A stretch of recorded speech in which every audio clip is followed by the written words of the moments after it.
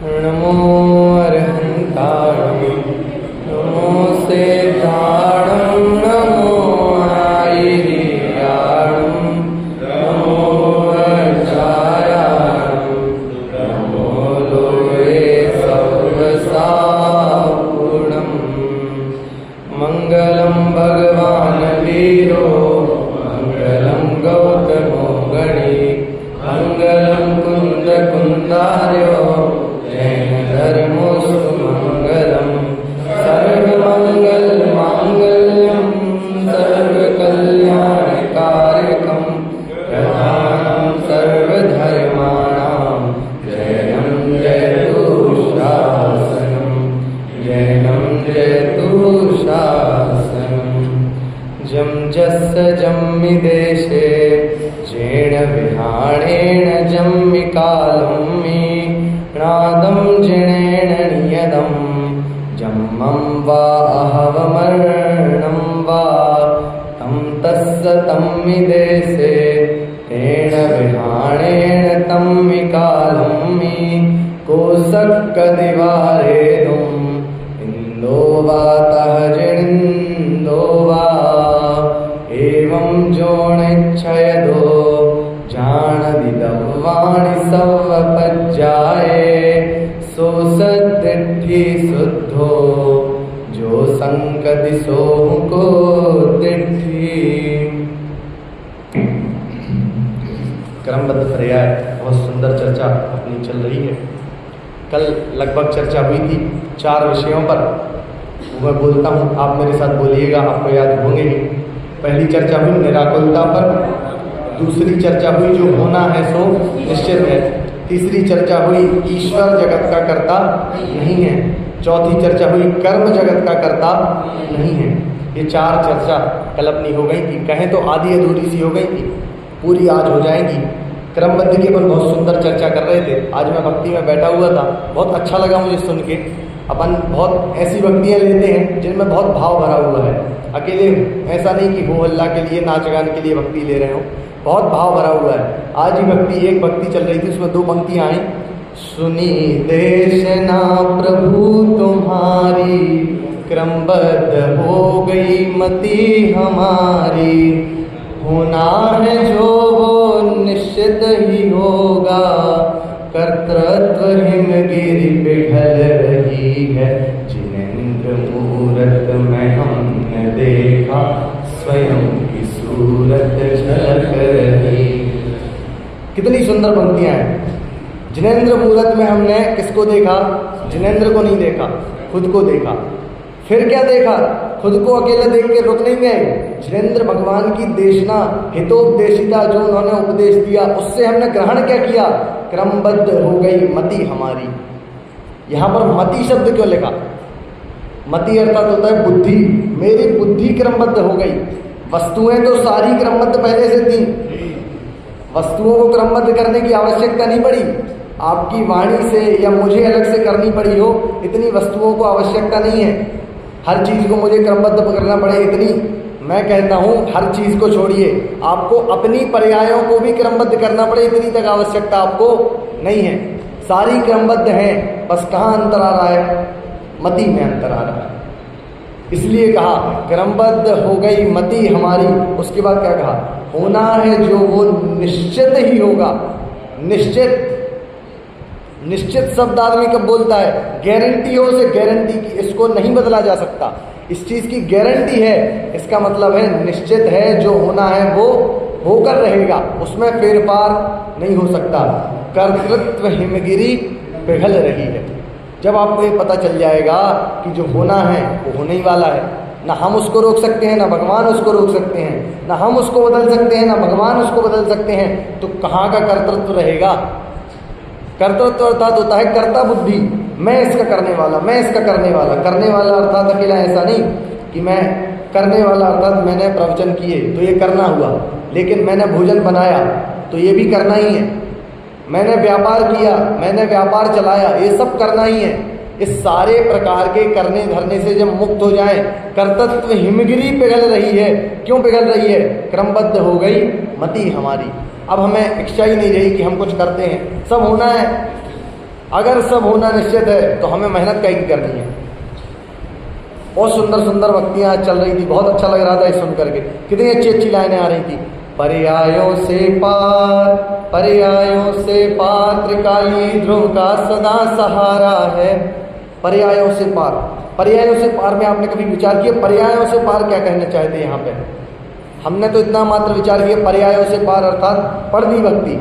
अगर थोड़ा बहुत विचार भी किया तो क्या हमारे द्रव्य में पर्याय नहीं है, मैं तो द्रव्य हूँ। अरे पर्याय मतलब कह रहे हैं तुम मनुष्य नहीं हो, तुम त्रेंच नहीं हो, मनुष्य छोड़िए, तुम भगवान नहीं हो और तुम संसारी नहीं हो, ये भी पर्याय है।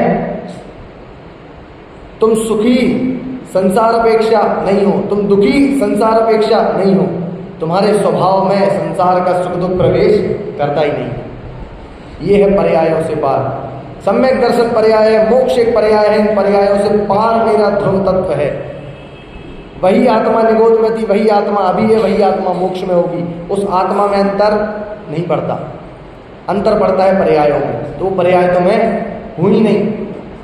आज मार्दव का दिन है, कोई आपसे कहने आए मैं तुमसे श्रेष्ठ हूँ, मैं तुमसे सुंदर दिखता हूँ, मैं तुमसे धनवान हूँ, मैं हूँ ही नहीं। जिसे तुम मैं मान रहे हो वो तुम नहीं हो, और जिसे तुम मुझे मान रहे हो वो मैं नहीं हूँ। मैं भगवान आत्मा, तुम भगवान आत्मा, झगड़ा खत्म हो गया। झगड़ा शुरू कहाँ होता है? पर्यायों पर झगड़ा शुरू होता है, और पर्याय में हूँ ही नहीं। पर्यायों से पार त्रिकाली ध्रुव का सदा सहारा है। मुझे एक ही सहारा है, त्रिकाली ध्रुव का। अंत में भक्ति चल रही थी, चेतन प्राणी निज में ही रहना। कहीं जाने की आवश्यकता थोड़ी है। क्रमबद्ध पर्याय सारी चीजें सिद्ध करती है। क्रमबद्ध पर्याय कहती है तुम्हें क्यों जाना है। बाहर में आपका जाने का मन कब करेगा? जब बाहर में आपको कुछ दिखेगा। तो क्रमबद्ध पर्याय कहती है बाहर में आप कुछ कर ही नहीं सकते। जो बाहर का होना है वो बाहर में होगा, जो आपका होना है वो आप में होगा। आप में रहो, बात खत्म। ये क्रमबद्ध पर्याय सिखाती है। दुनिया में आप कोई भी सिद्धांत उठाइए, क्रमबद्ध पर्याय हमें वो सिद्धांत सिखाती है। ये है क्रमबद्ध पर्याय का महत्व। जो हम पढ़ रहे हैं, हमें लगता है कि हमने पढ़ लिया, सीख लिया। सीखना अकेला मैटर नहीं करता है। मैटर वहाँ करता है सीख करके उसको हमने जीवन में लागू किया या फिर दिमाग में भर के रख दिया, वहाँ चीज़ बदलती है। हम में और भगवान में इतना ही अंतर है। उनने सीखा और जीवन में उतारा, हमने सीखा और सीख कर रुक गए, इतना ही अंतर रहा। भगवान को नहीं पता होगा सम्यक दर्शन ज्ञान चारित्राणी मोक्ष मार्ग, हमें नहीं पता था सम्यक दर्शन ज्ञान चारित्राणी मोक्ष मार्ग। दोनों को पता था, अंतर कहाँ रहा? उनने सम्यक दर्शन ज्ञान चारित्राणी मोक्ष मार्ग को जीवन में अपना लिया और हम सम्यक दर्शन ज्ञान चारित्राणी मोक्ष मार्ग रखते रह गए। हमें सब पता है, यहाँ जितने जन बैठे हैं उनको इतना तो पता है मोक्ष कैसे जाते हैं, लेकिन इम्प्लीमेंट नहीं करते हैं, उस ओर आगे नहीं बढ़ते हैं, वहाँ रुक जाते हैं। वहाँ रुकना नहीं है। ये सुंदर सुंदर हमारी भक्तियाँ पूजन हमें सिखाती हैं। मात्र ये नहीं सिखाती कि भगवान आपके चरण में आया हूँ, 2 नयन कटोरे लाया है, दरस भिखारी आया है। अरे काय का दरस भिखारी? कोई दरस भिखारी नहीं हूँ मैं।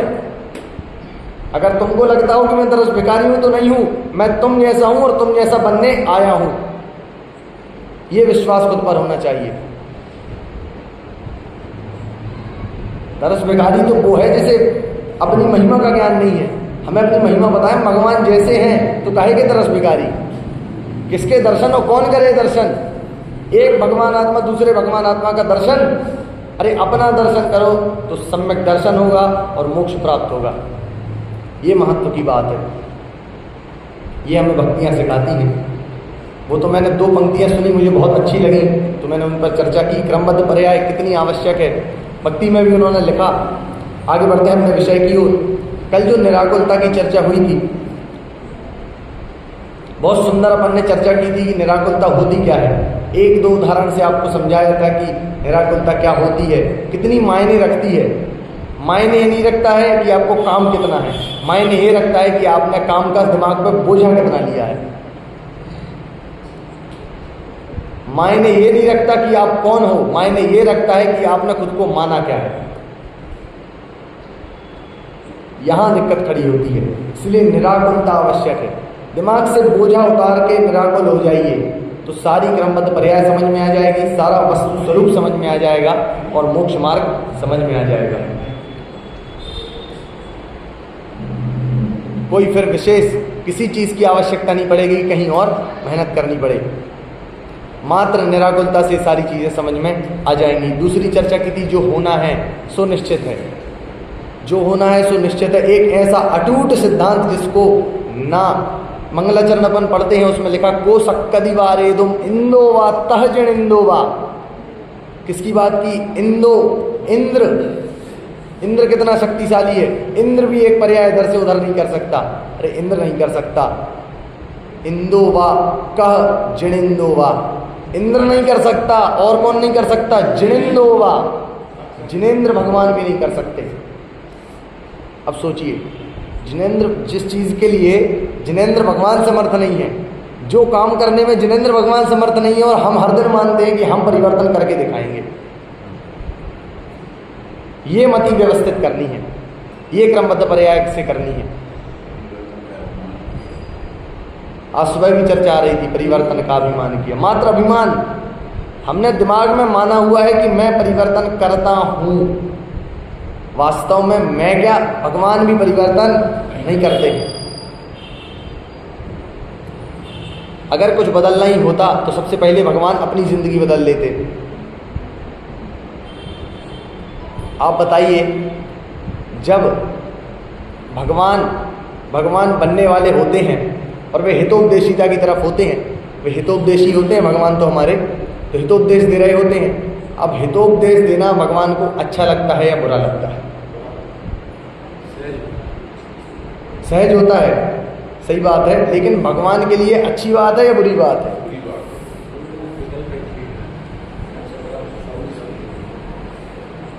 भगवान को भगवान बनना है, उनने वीतरागता प्राप्त कर ली, सर्वज्ञता प्राप्त कर ली, उनको कहाँ अड़चन है? हितोपदेशिता उनको रोक के रखी है संसार में। अगर हितोपदेशिता चली है वो मोक्ष चले जाएंगे, उन्हें नहीं लगता हितोपदेशिता से कुछ फर्क, लेकिन भगवान के स्वरूप में हितोपदेशिता तो एक अड़चन है ना, ये अड़चन। अब अगर भगवान कुछ कर ही सकते होते तो अपनी अड़चन दूर नहीं कर लेते सबसे पहले? आदिनाथ भगवान ने 1000 साल तक तप किया, 1000 साल, तब हो जाके उनको केवल ज्ञान हुआ। अगर वो कुछ कर सकते होते तो एक अंतर्मुहूर्त में नहीं कर लेते केवल ज्ञान, वो तो तीर्थंकर थे। जब वो कुछ नहीं कर पाए तो फिर हम तो कुछ नहीं कर सकते, ये तो निश्चित बात है। क्रमबद्ध पर्याय के सिद्धांत से समझ में आता है। अब चर्चा चल रही थी ईश्वर करता है कि नहीं, ईश्वर करता है कि नहीं। यदि ये प्रश्न हमारे चित्त में खड़ा होता है और यदि हमें समाधान बस इतना है हमारे पास, ईश्वर करता नहीं है, हमारे दिमाग में एक बात घूमती रहती है, क्योंकि जन्म से हमें पट्टी पढ़ाई गई है ईश्वर किसी का कुछ नहीं करता। लेकिन अभी मैं पूछूं क्यों नहीं करता, तो किसी के पास जवाब विशेष नहीं रहता। फिर एक दो जन ही बोल पाते हैं क्यों नहीं करता, बाकी सब पंडित जी नहीं करता तो नहीं करता। अब उसमें हम क्या बता दें क्यों नहीं करता? ना हम ईश्वर बने, ना हमारे उनसे संबंध है कुछ, हम कैसे बता दें ईश्वर क्यों नहीं करता? अरे कोई पूछे कि ईश्वर क्यों नहीं करता तो सहज मुंह से निकलना चाहिए, ईश्वर रागी है कि वीतरागी है? वीतरागी व्यक्ति क्यों किसी का कुछ करेगा? करता तो रागी द्वेषी व्यक्ति है, करता तो वो भी नहीं है, उसे बुद्धि कर्तृत्व की पड़ी हुई है। ईश्वर को न राग है न द्वेष है, न कर्तृत्व बुद्धि है न भोक्तृत्व बुद्धि है। ईश्वर क्यों किसी का करने का मानेगा? ईश्वर को क्यों किसी का करना है? उनको जो करना था वो कर लिया। सिद्ध भगवान की जब आप विशेषण पढ़ेंगे तो एक विशेषण आता है कृतकृत्य। कृतकृत्य का अर्थ क्या होता है? जिसके पास कुछ करने को बाकी नहीं रहा हो। एक गाथा आती है उसमें तो निठल्ला शब्द दिया है, निठल्ला सिद्ध भगवान के लिए, निकम्मा शब्द दिया, निठल्ला शब्द दिया। क्यों दिए ये शब्द? कुछ काम ही नहीं है। अब हम जब कहते हैं हमें कुछ काम नहीं है तो उसके बाद हमें भरोसा नहीं रहता कि अगला काम कब आएगा। लेकिन सिद्ध भगवान ने एक बार कह दिया हमें कुछ काम ही नहीं है तो उनको अनंत काल तक कुछ काम ही नहीं है। जो काम उनको करना था वो काम उनने कर लिया। अब कोई उनके पास काम नहीं बचा। इतने महान सिद्ध भगवान, जब उनको कुछ करने को शेष नहीं रहा, और फिर यदि कोई व्यक्ति कहे ईश्वर करता है, तो ये कैसे संभव है? अगर ईश्वर ने कुछ किया है, ईश्वर ने सबको बनाया है, एक यदि कंडीशन हम मान के चलें, ईश्वर ने सबको बनाया है, तो मुझे एक बात बताइए, अगर ईश्वर ने विश्व बनाया है तो ईश्वर को किसने बनाया है?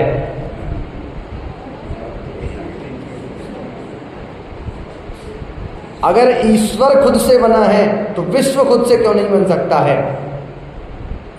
और अगर ईश्वर को किसी ने बनाया है तो उस वाले ईश्वर को किसने बनाया है? फिर उसके ऊपर वाले ईश्वर को किसने बनाया है? तो कहां तक जाओगे? कहीं तो रुकना है। भागते जाएंगे, इस ईश्वर को इसने बनाया, इस ईश्वर को इसने बनाया, पर अंत में क्या निकलेगा? आपका कौन सा ईश्वर जगत का करता है, ये तो बताओ। इतने सारे ईश्वर हुए, सबने एक दूसरे को बनाया, फिर एक ने जगत बना दिया, उसने अगले ईश्वर को क्यों नहीं बनाया? जब परंपरा इतने ईश्वरों की चल रही थी तो बीच में उसने जगत क्यों बना दिया? ऐसी क्या मजबूरी आन पड़ी जो उसको जगत बनाना पड़ा?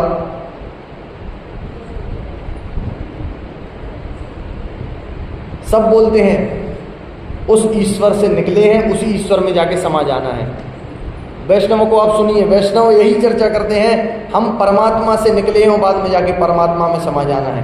टोडरमल जी इस बात का खंडन करते हुए जब 5वें अधिकार में लिखते हैं, वे कहते हैं, मुझे अपनी स्वाधीनता खोने का बिल्कुल भी इच्छा नहीं है, मुझे पराधीनता कतई स्वीकार नहीं है। मैं उसका अंश हूं और उसमें समा जाऊंगा तो मैं उसके अधीन हुआ ना, और मुझे पराधीनता स्वीकार नहीं है, मुझे मेरी स्वाधीनता चाहिए। ईश्वर ना मेरा कुछ करता है, ना ईश्वर ने मुझे बनाया है, ये है स्वाधीनता, ये मुझे चाहिए। वो ऊपर बैठा एक आदमी सब कुछ मेरा करेगा, मैं इधर जीऊं मरूं उसे कोई फर्क नहीं पड़ता है, और पर फिर भी वो मेरा कर रहा है, ये तो अन्याय है। ऊपर बैठे उस व्यक्ति को फर्क नहीं पड़ रहा है कि नीचे कितने लोग मर रहे हैं, लेकिन मरने वालों की संख्या और जन्म लेने वालों की संख्या बराबर मेंटेन रहनी चाहिए। कितनी निर्दयता से काम करते होंगे। कैसे किसी को अपने सामने मरते देख लेते होंगे। जो अपनी उम्र से मर रहा है उसको तो हम माने, फिर भी वो अपनी उम्र से मरा। जो तूफान में मरा, जो आंधी में मरा, जो बाढ़ में मरा, जो एक्सीडेंट में मरा, उसको किसने मारा? ईश्वर ने। अगर ईश्वर कर रहा है तो सबका करना चाहिए। अगर वो व्यक्ति जिंदा है, दूसरा वाला जिंदा है, और आप कहते हो ईश्वर की कृपा से जिंदा है, तो जो मर गया उसे कहो ना कि ईश्वर की कृपा से मर भी गया। अभी अहमदाबाद में प्लेन क्रैश हुआ था, उस प्लेन क्रैश में 242 लोग मारे गए, एक बच्चा, एक आदमी बस जिंदा बच गया। सबने लिखा ईश्वर की कृपा है, ईश्वर की कृपा है, ईश्वर की कृपा है। अरे भाई, जो 242 मरे वो भी तो ईश्वर की कृपा है, वो किसकी कृपा है? अगर एक का जिंदा बचना ईश्वर की कृपा है तो 242 का मरना भी ईश्वर की कृपा है। और अगर एक व्यक्ति खुद के आयु कर्म से मर रहा है, एक व्यक्ति आयु कर्म से जिंदा बच रहा है, तो बाकी 242 खुद के आयु कर्म से मर रहे हैं। ये है जैन धर्म, जो कर्म सिद्धांत सिखाता है, जो आयु कर्म का सिद्धांत सिखाता है कि यदि व्यक्ति जिंदा है तो आयु कर्म से जिंदा है, और यदि व्यक्ति मर रहा है तो आयु कर्म से मर रहा है। ऊपर बैठ के कोई परमात्मा नहीं है जो कठपुतलियों जैसे सबको चला रहा हो। सबकी स्वाधीनता जैन धर्म ने सबको दी है, किसी के हाथ में किसी की डोरी नहीं है।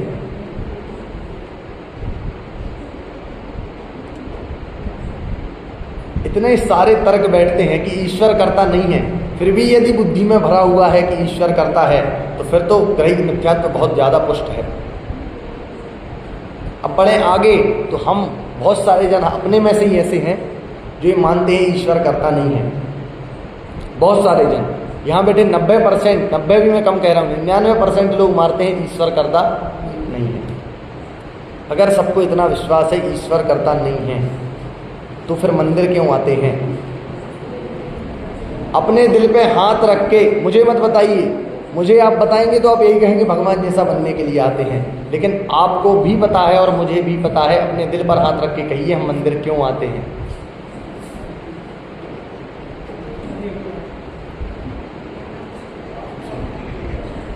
भोजन के लिए एंट्री कार्ड चाहिए इसलिए आते हैं, बिना मंदिर के दर्शन नहीं करना तो भोजन कर लो, भोजन करना है दर्शन करे आओ फटाफट, एंट्री कार्ड मिल जाएगा भोजन का, इसलिए आते हैं।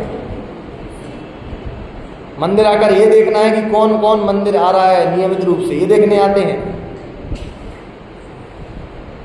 मंदिर जाकर अगर ये लगता है कि मंदिर जाऊंगा थोड़ा सा पुण्य तो बढ़ ही जाएगा, कम से कम आगे जाके वो पुण्य फायदा करेगा ही, तो मंदिर इसलिए आना चाहिए। अब ये सारी चीजें जो हम करने आते हैं, क्या ये वीतरागी भगवान के दरबार में करने लायक हैं? जो भगवान वीतरागी हुए उनके दरबार में ये करने लायक हैं? ये चीजें शोभा देती हैं? जिन भगवान ने सब कुछ छोड़ा है, जिन भगवान ने राग द्वेष तक छोड़ा है, उन भगवान के दरबार में आकर के स्वर्ग से सुंदर अनुपम है ये जिनवर का दरबार। क्यों है अनुपम दरबार? क्योंकि एक दूसरे से बातें करने का मौका मिल जाता है, एक दूसरे को देखने का मौका मिल जाता है, कौन मंदिर आ रहा है कौन नहीं आ रहा है।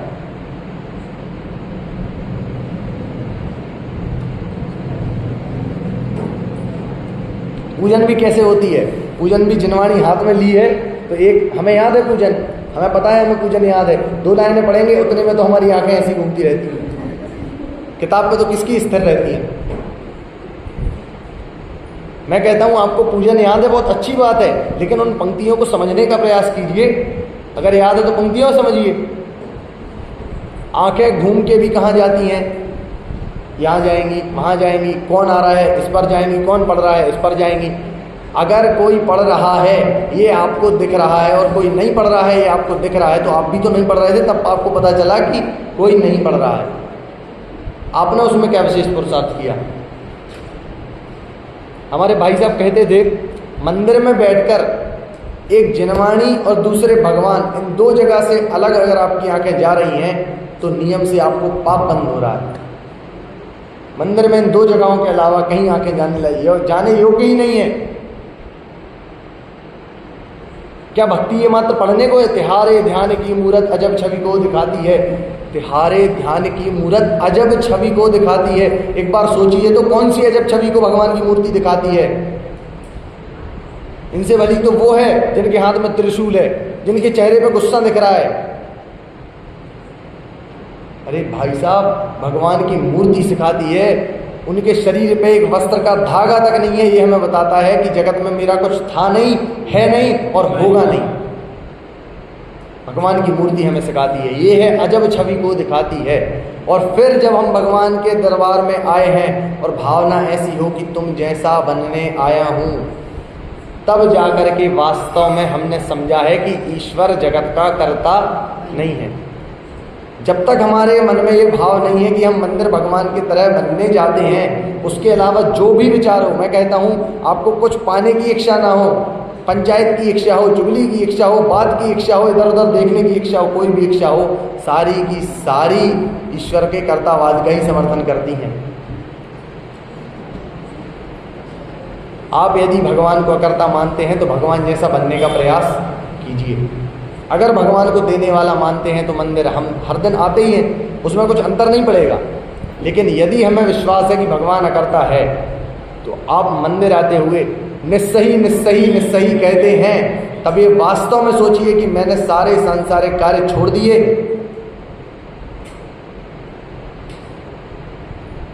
बाहर जाके तो फिर उसी में फंसना ही है ना। कम से कम 1 घंटा 2 घंटा 3 घंटा जितनी देर मंदिर में समय मिल रहा है तब तो हम शांति से बैठें, निराकुलता से बैठें। तब तो ये विचार मन में चलना चाहिए कि भगवान कुछ नहीं करता है। तब भी अगर ये विचार नहीं आ रहा है तो फिर तो दिल्ली दूर है। टोडरमल जी के शब्दों में कहा जाए तो उनकी अभाग्य की महिमा हमसे तो नहीं कही जाती। इतने अभागे हैं हम। 3 लोग के नाथ का समागम मिल गया, फिर भी काम कौन से हो रहे हैं? संसार के। तब वास्तव में ईश्वर को कर्ता नहीं माना है, ये माना जा सकता है। इसलिए वास्तव में विचार करने योग्य है कि हमने दूसरे भगवानों को तो ये माना है कि वो करने वाले हैं तो वो भगवान नहीं है, लेकिन हमारे भगवान वीतरागी हैं तो भी हम उनसे मांग रहे हैं, तो ये तो मिथ्यात्व ही है। ये तीसरी चर्चा हुई थी। चौथी चर्चा हुई थी कर्म सबका करता नहीं है। ये भी चर्चा बहुत अपनी हो गई थी लगभग। कर्म किसी का करता क्यों नहीं है? क्योंकि कर्म तो मात्र जीव द्रव्य पर घटित होता है, पुद्गल का करता कौन रहेगा फिर?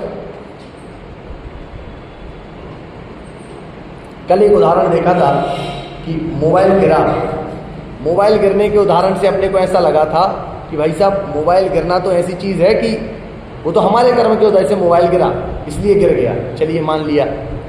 लेकिन मोबाइल पहले से मोबाइल थोड़ी था, उसमें चिपसेट डला है, उसमें स्क्रीन डली है, उसमें जो भी चीज़ें लगाई गई हैं वो किसने लगाई, वो कहाँ से लग गई, वो कैसे जुड़ के मोबाइल बन गया। अगर आप कहते हैं इंसान जुड़ के मोबाइल बना रहा है, तो मैं इंसान से कल को कहूँगा पेन को तोड़ दो और पेन को तोड़ के पेंसिल बना दो, पेन को तोड़ के कुछ और बना दो। उसमें योग्यता नहीं है वैसी, उसमें योग्यता थी तब वो बन पाया। इसका मतलब है कर्म पुद्गल का करता नहीं है, सारे द्रव्य अपनी योग्यता से परिणमन करने वाले हैं, किसी का कोई कर्ता नहीं है। क्या एक दूसरे का कर्ता नहीं हो सकते? मैं थोड़ा सा पुद्गल का कर दूं। अपने यहाँ तो सूक्ति भी बहुत प्रचलित है, परस्परोपग्रहो जीवानाम, बहुत। ये सूक्ति आप देखेंगे, इसका इतना दुष्प्रभाव है इस सूक्ति का कि जिसने लिखी है वो यदि देखे तो वो भी उस अपना माथा पकड़ ले कि इसके लिए थोड़ी लिखी थी। समाज में आप जगत में कहीं भी जाइए, आपको बहुत लोग मिल जाएंगे परस्परोपग्रहो जीवानाम, और इस सूक्ति के आधार पे बहुत बड़ी बड़ी पंगतें हो रही हैं, धर्म सभा के नाम पे हंसी ठिठोली होती है, सब कुछ होता है। और किस काम पे? परस्परोपग्रहो जीवानाम। कभी किसी व्यक्ति को, कोई गरीब आदमी था, उसको डॉक्टर बनना था, उसको इंजीनियर बनना था, उसके पास पैसे नहीं थे, तो दूसरे ने उसको पैसे दे दिए और क्या कहा, पंडित जी जैन धर्म का तो सिद्धांत है परस्परोपग्रहो जीवानाम, हमने थोड़ा सा उपकार कर दिया। तो आपने ये उपकार किसी ऐसे अभागे आदमी का किया जिसके पास शास्त्र नहीं था, उसको आपने शास्त्र दिया हो कि ले पढ़ो। ये है वास्तविक चीज़। अगर शास्त्र दिया हो तो वो है परस्परोपग्रहो जीवानाम। पैसे देकर किसी को किसी और फील्ड में लगा देना परस्परोपग्रहो जीवानाम थोड़ी है। आपने उसको कोई और फील्ड चूज करवा के धर्म से और विमुख करवा दिया। मैं ये नहीं कहता ये सारी संस्थाएं बंद होनी चाहिए, लेकिन परस्परोपग्रहो जीवानाम मात्र वहीं तक सीमित थोड़ी है। हमने किसी को धर्म मार्ग में लगाया, ये भी तो परस्परोपग्रहो जीवानाम है। अगर आज हम अकेले आते हैं, कल से हमारा परिवार, परसों से हमारा मोहल्ला भी अगर मंदिर आने लगे और धर्म कार्यों में लग जाए, ये है परस्परोपग्रहो जीवानाम। ये था वास्तव में परस्परोपग्रहो जीवानाम। इसमें भी हमने कितना काम किया समझाने का। समझ में कैसे आया? उनको अपनी योग्यता से। तो करते तो हम किसी का कुछ नहीं है। बाकी द्रव्यों का तो दूर की बात, मैं पुद्गल का करूँगा ये तो दूर की बात, मैं धर्म का करूँगा ये दूर की बात, मैं दूसरे जीव का ही नहीं कर सकता कुछ। मुझे अपना ही जो करना है अपना ही करना है।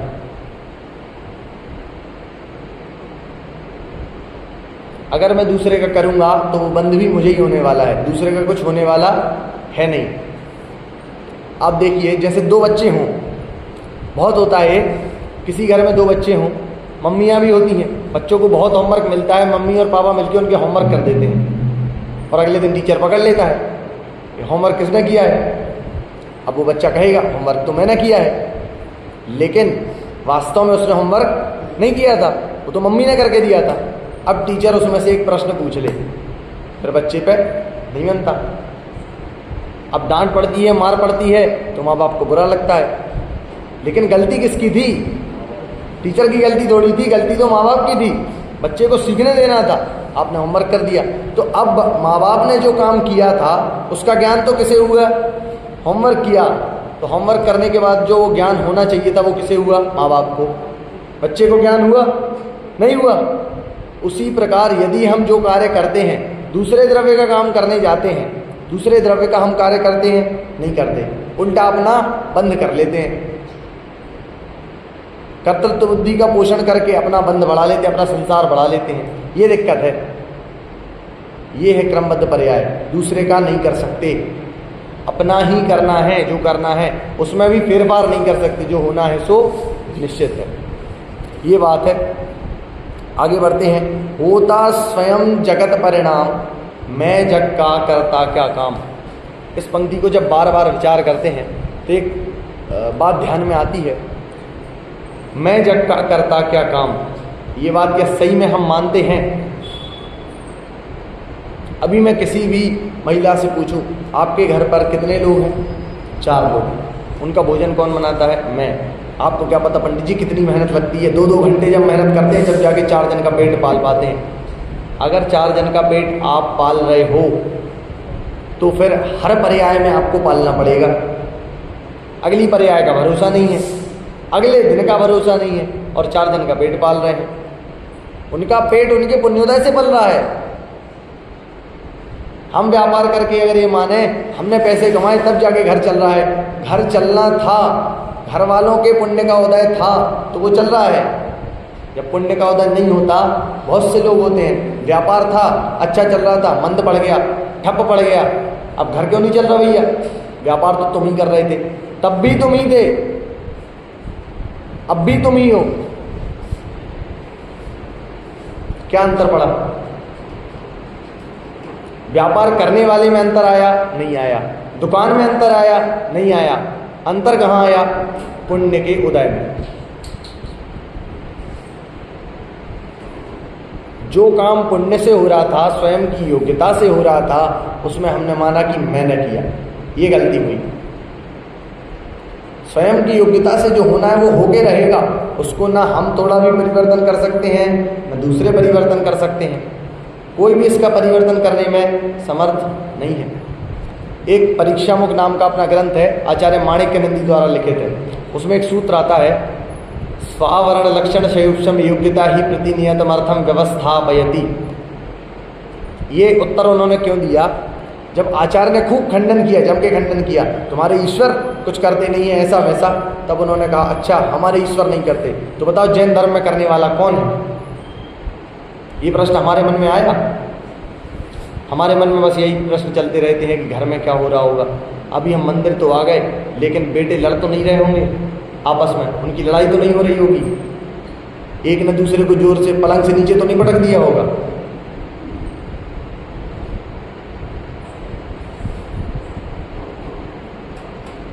अरे यार शाम को ये बनाया था, इसका बर्तन धोना तो भूल ही गए। अब मंदिर में बैठे बैठे यही याद आता है, हमने घर का ताला लगाया था कि नहीं लगाया था, ध्यान सा नहीं है। ये सारी चीज़ें मंदिर में बैठ के विकल्प आते हैं, परंतु नहीं आने चाहिए। खैर ये बात तो अपनी हुई। वास्तव में जब ये पूछा गया आचार्य देव से कि आपके जैन धर्म में करने वाला कौन है, तो हमें तो लगता है कि सब कुछ करने वाले हम ही हैं। दुनिया में एक शहंशाह तो हम ही पैदा हुए हैं। हर दूसरे आदमी को आप गली गली जाके पूछिए तो उसकी भावना यही होती है। हम जैसे मंदिर जाए, बहुत बार क्या होता है शिविर वगैरह, शिविर आदि में जाओ और पूछते हैं जब कि बहुत सुंदर मंदिर बनवाया है, किसने बनवाया है? पंडित जी बनवाया तो पूरी समाज ने ही है, योगदान सबसे ज़्यादा हमारा था पंडित जी। अब आपको क्या बताएं पंडित जी, हमारे बाप दादा से लेके अभी तक मंदिर की हम देखभाल करते आ रहे हैं। अब हमने कहा ठीक है, अच्छी बात है, हमने मंदिर बनवाया था, अच्छी बात है। दूसरे व्यक्ति को पकड़ा, मंदिर तो बहुत सुंदर है, किसने बनवाया है? पंडित जी क्या बताएं आपको, समाज वाले निठल्ले हैं, पूरे दिन भर हमने अपनी दुकान छोड़ी है तब जाके मंदिर बना है। दूसरा व्यक्ति भी यही कहता है। अब तीसरे को पकड़ो, चौथे को पकड़ो, पूरी समाज में जितनों को पकड़ो, सबका यही कहना होता है मंदिर हमने बनवाया है।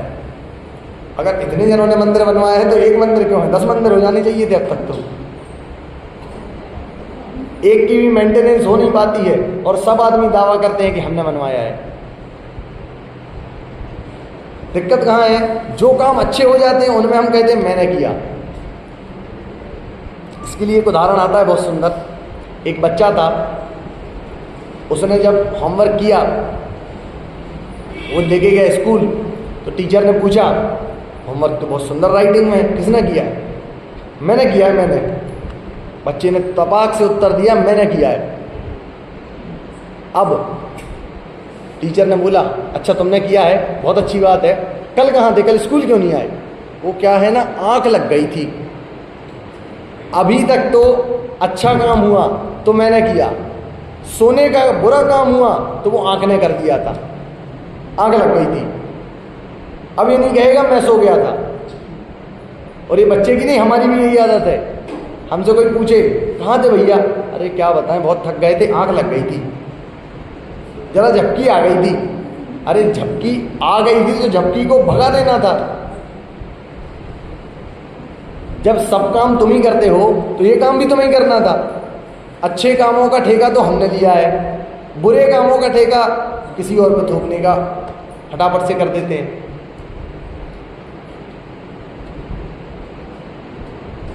एक सच्ची घटना सुनाता हूँ, मेरे ही साथ हुई थी। मंदिर की जो आपको सुना रहा था, एक अतिथि से हमने पूछा मंदिर किसने बनवाया है? उन्होंने कहा कि हमने बनवाया है मंदिर, ऐसा वैसा बहुत कुछ उन्होंने मंदिर की महिमा बताई। बाहर जब मैं पहुंचा तो मैंने कहा ये आपने उनने क्या किया था, अपने मंदिर में टंकी नहीं लगाई थी हाथ धोने के लिए, एक टब सीमेंट से बनवा दिया था। तो उनसे मैंने कहा कि इसमें काई वगैरह जमती होगी, तो ये तो फिर मंदिर में ये पाप कर रहे हैं, पूरा पाप मंदिर में ही हो रहा है। तो उन्होंने कहा हम क्या बताएं पंडित जी, मंदिर तो हमने बनवाया है, ये अध्यक्ष ने अपना दिमाग लगा के यहाँ टंकी बनवा दी। अब हमने कहा जब मंदिर आपके हाथ में था तो ये आपके हाथ में नहीं था, अध्यक्ष ने मंदिर में दखलंदाजी नहीं दी, टंकी में ही दखलंदाजी दी। मंदिर अच्छा बना है तो पंडित जी मैंने, टंकी अच्छी नहीं है तो वो अध्यक्ष ने। अब बताइए, ऐसी ऐसी घटनाएं होती हैं, ये हमारी डेली लाइफ की घटनाएं हैं। अच्छे काम का क्रेडिट खुद को चाहिए, बुरे काम का क्रेडिट दूसरे पे थोप देते हैं। जैसे ही हमें समझ में आने लगता है ये काम अच्छा नहीं हो रहा है, तो ये काम दूसरा कर रहा था। बहुत सुंदर सुंदर हमारे जीवन में कितनी बार ऐसी घटनाएं होती हैं, हम गौर कर सकते हैं। ये सारे काम हमारे किए हुए हैं, और ये क्यों होते हैं? क्योंकि अभी भी हम मानते हैं कि मैं कुछ कर सकता हूँ, मैं कुछ बदल सकता हूँ। दिक्कत वहाँ है, जब तक यहाँ से नहीं निकलेगा तब तक बाहर से कोई मतलब नहीं है। जब तक अंदर से नहीं लगेगा कि मैं कुछ करने वाला नहीं हो सकता, जो चीज़ें होनी है वो होके रहेंगी। ना उनको मैं रोक सकता हूँ, ना जिनेंद्र रोक सकते हैं, ना इंद्र रोक सकते हैं। अगर ये बुद्धि आ नहीं रही है तब जाके कर्तव्य बुद्धि आ रही है, तब जाके तो लग रहा है कि अच्छा काम मैं कर रहा हूँ और सोने का काम आँख ने किया था। तब जाके लग रहा है मंदिर के अच्छे काम मैंने किए थे, बाहर की टंकी अध्यक्ष ने बनवाई थी।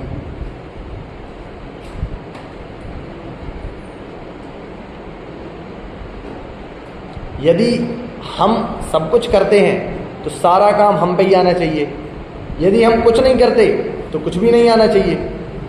ये डिवाइडेशन जो होता है बीच का, अच्छे काम हमारे, बुरे काम किसी और के, ये वहां पे कर्तृत्व बुद्धि उत्पन्न करता है।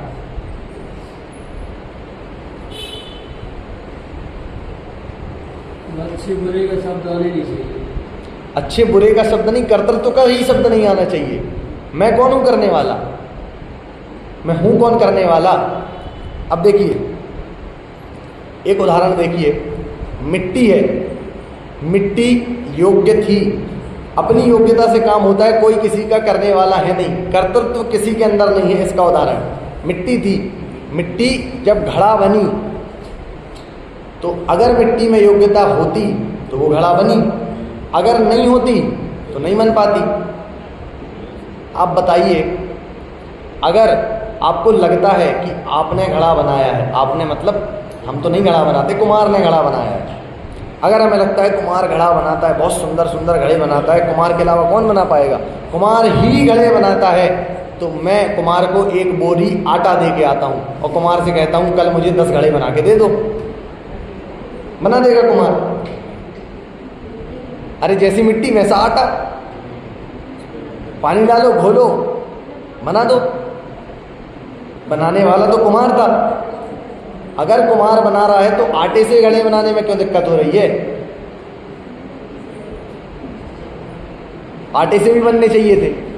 आटे से घड़े बनाएंगे तो घर तक पानी नहीं जा पाएगा, उसके पहले फूट के आटा भी गया और घड़ा पानी भी गया।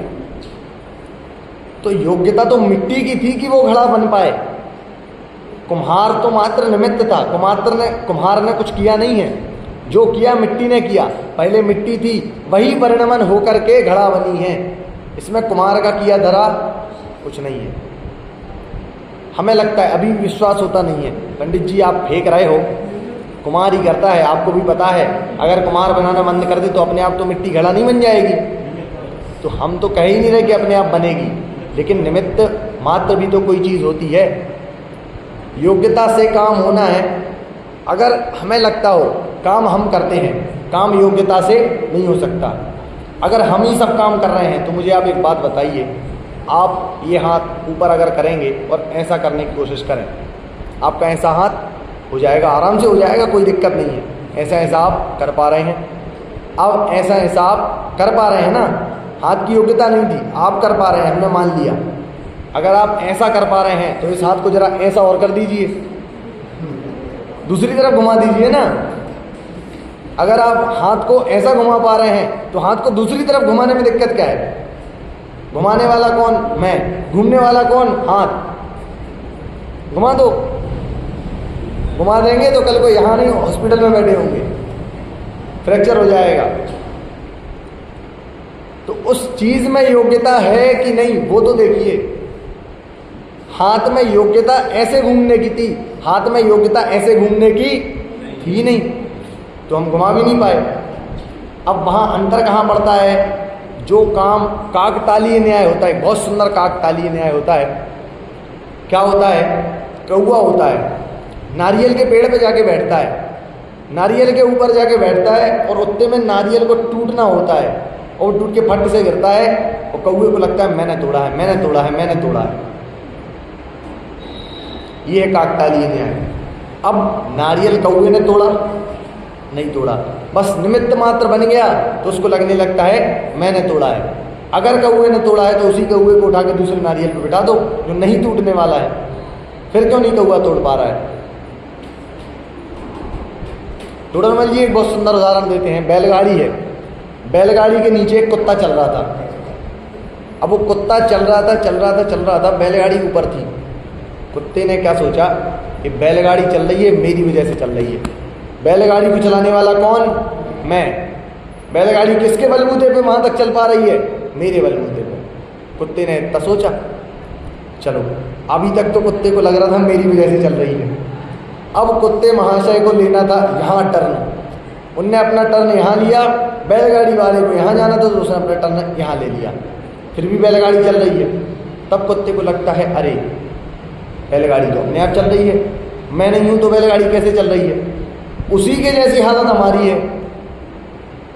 थोड़े से काम दिन में हमारे अनुकूल हो जाते हैं तो हमें लगने लगता है कि मैं काम कर रहा हूँ। जो काम हमारे अनुकूल नहीं होते हैं वो हमें नहीं लगता कि उसमें कुछ ध्यान में नहीं आता है। फिर बताइए, ये ऐसा ही होना था। अगर ये इतनी सी फीलिंग आ जाए, इतना सा भाव आ जाए, सारा काम सुलट जाएगा। लेकिन हमें ऐसा भाव आता है ऐसा होना नहीं था, ऐसा मैंने किया है। ये भाव जब तक रहेगा तब तक कुछ होने वाला नहीं है। यहाँ पर ये विशेष चर्चा है, यहाँ ये दिक्कत है। जब तक खुद को मानेंगे करने वाला, दिन में 100 काम है, 99 काम हम नहीं कर पाते हैं, एक काम हो जाता है तो उस एक काम के कारण हमें लगता है कि मैंने किया, मैंने किया, मैंने किए। रटंत विद्या लगी है, दिमाग में घुस गई ये चीज़, लेकिन बाकी के 99 काम जो नहीं हो पाए वो तो अब क्या करें पंडित जी? नहीं, जो नहीं होना है वो नहीं ही होता है। अरे तो हम यही तो कह रहे हैं, जो होना है वही होता है, जो नहीं होना है वो नहीं होता है, तो जो होना है वही होता है। हम भी तो यही कह रहे हैं। नहीं होने वाला तुम नहीं कर रहे तो होने वाला भी तुम नहीं कर रहे, इतना अंतर है बस। स्वयं की योग्यता से कार्य होते हैं, हम मात्र निमित्त बन सकते हैं। निमित्त का निषेध ना मैं कर रहा हूं ना शास्त्र करेंगे, परंतु कर्तृत्व का निषेध मैं भी कर रहा हूं और शास्त्र भी करेंगे। कुम्हार घड़ा बनाने में निमित्त तो था, लेकिन योग्यता मिट्टी की ही थी कि वो घड़ा बन पाए। आटे में योग्यता नहीं थी तो कुम्हार भी निमित्त बन के कुछ नहीं कर सकता। इसलिए वास्तव में जो कार्य होते हैं, होता जगत स्वयं परिणाम, मैं जग का करता क्या काम। मैं जगत के करने धरने में कुछ भी निमित्त हूँ, लेकिन करने धरने में समर्थ नहीं हूँ। मैं जगत का कुछ भी कर नहीं सकता, बदल नहीं सकता, इधर से उधर नहीं कर सकता। ये जो अपन ने आज बात समझी है, अपन कल इसको और बढ़ा के समझेंगे। भाव, अभाव शक्ति इत्यादि 6 प्रकार की शक्तियाँ आती हैं अपने शास्त्र में, उनके मतलब और उदाहरण से अपन समझेंगे। बहुत सुंदर चर्चा वो भी होगी, और ये आज की भी जो चर्चा हुई विशेष ध्यान देने योग्य थी, जगत का काम कैसे होता है। कल तो अपन ने 4 चर्चा की, निराकुलता, जो होना है सो निश्चित है, ईश्वर जगत का कर्ता नहीं है, कर्म जगत का कर्ता नहीं है। आज अपन ने चर्चा की, होता जगत स्वयं परिणाम, मैं जग का करता क्या काम। मैं जगत का कोई भी काम करने में समर्थ नहीं हूँ। जगत के जो भी कार्य हो रहे हैं वे अपनी योग्यता से हो रहे हैं और अपनी ही योग्यता से नाश हो जाएंगे। इस प्रकार की बुद्धि अगर व्यवस्थित हो गई तो हमारी मति व्यवस्थित होगी और सुख का मार्ग मिल जाएगा। अन्यथा संसार में तो अनंत काल से भटक ही रहे हैं, तो आगे भी ऐसा ही क्रम चलता रहेगा। इसी प्रकार की चर्चा कल अपन आगे करेंगे। अभी विराम लेते हैं।